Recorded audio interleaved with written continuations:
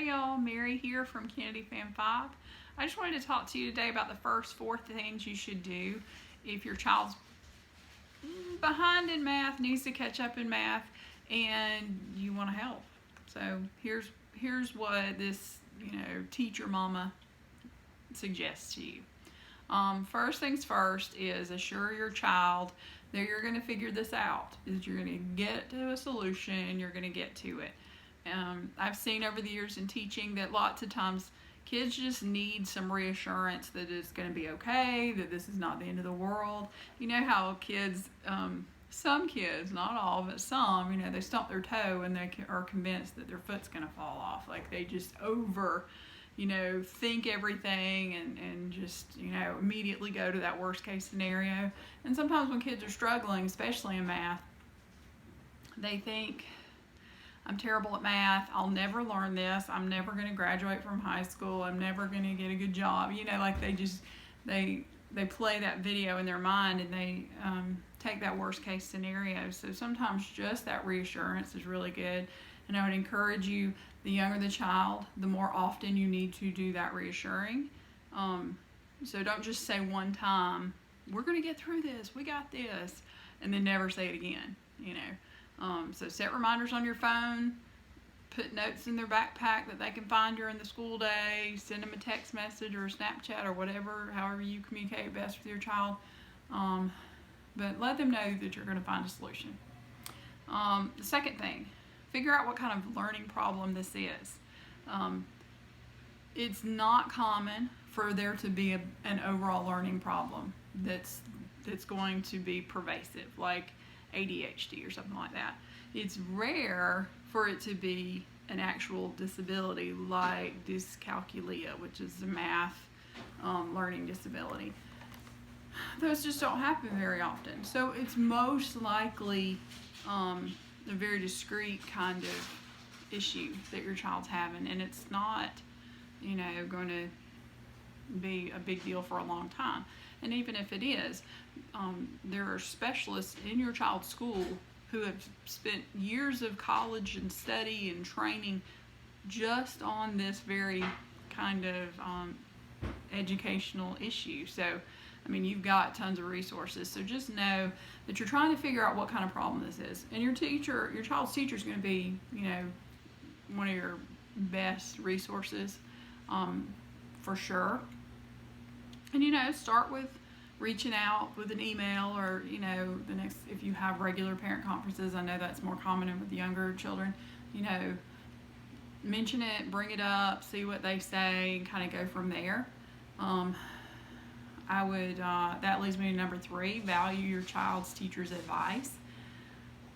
Think about that they know your child, but they also know what every 8-year-old typically looks like, and they know all the variances of that, and they know certain things to look for in a child who's struggling with this one skill, but they just kind of got to get over that hump, and they got to learn some good study skills, or maybe they just whatever it is that they suggest, but they see that it's not an overall bigger issue. Or they might see that, oh yeah, this doesn't click, and I see this not working, and so these things add up to make me feel like we need to do some more specialized strategies. So your teacher's got really good advice, that they'd probably like to share with you, and so just sending that email can just kind of put the thought in their mind of, oh, I hadn't really noticed anything, but let me pay attention to that this next week.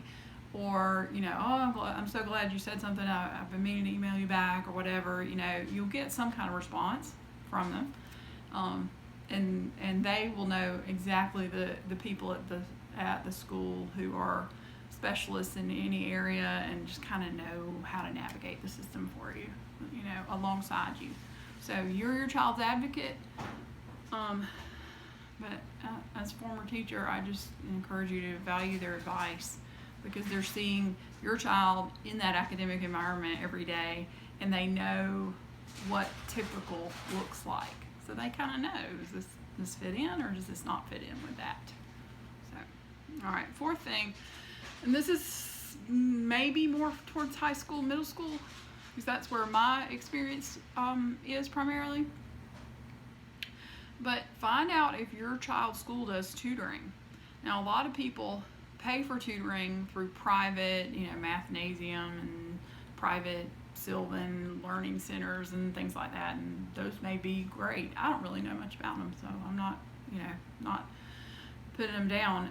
But if your child can get tutoring from his or her teacher, or from a teacher at a school in that same grade level or same math department, there's a lot of advantages to that.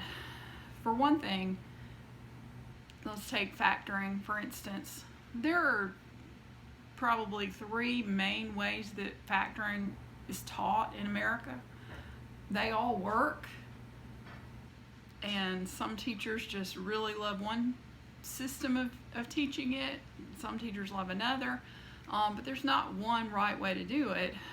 But if your teacher knows how your child's been learning it, then it just saves a lot of confusion if she can give specific tips to that method. Or she may see, for this kid, after school, I'm going to teach them this other method. And I think that it might work better with the way that their brain seems to work and the way that they visualize things, that kind of thing. But you save a lot of that time.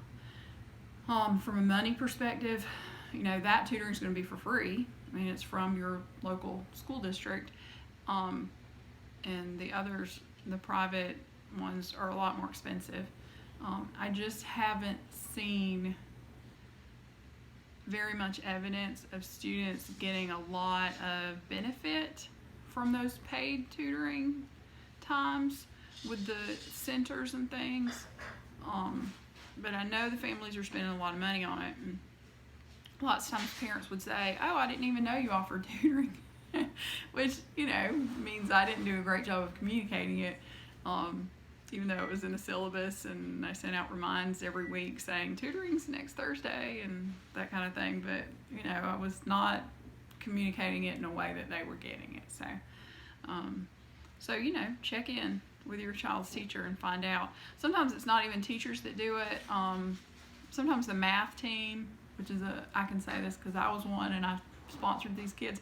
It's a bunch of math nerds, and they would call themselves that too probably, who just love math, and this is a way for them to get service hours. Sometimes they offer tutoring to freshmen and sophomores especially, and that works.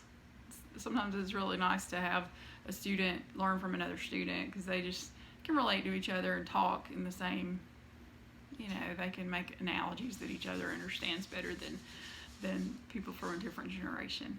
So those are the first 4 things I would do if it was my child struggling with math. I hope these are helpful.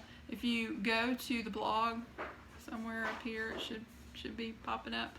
I go into a lot more detail and hopefully give you more information than this has in it. And so I encourage you to go there, kennedyfam5.com/math. Thanks. You got this.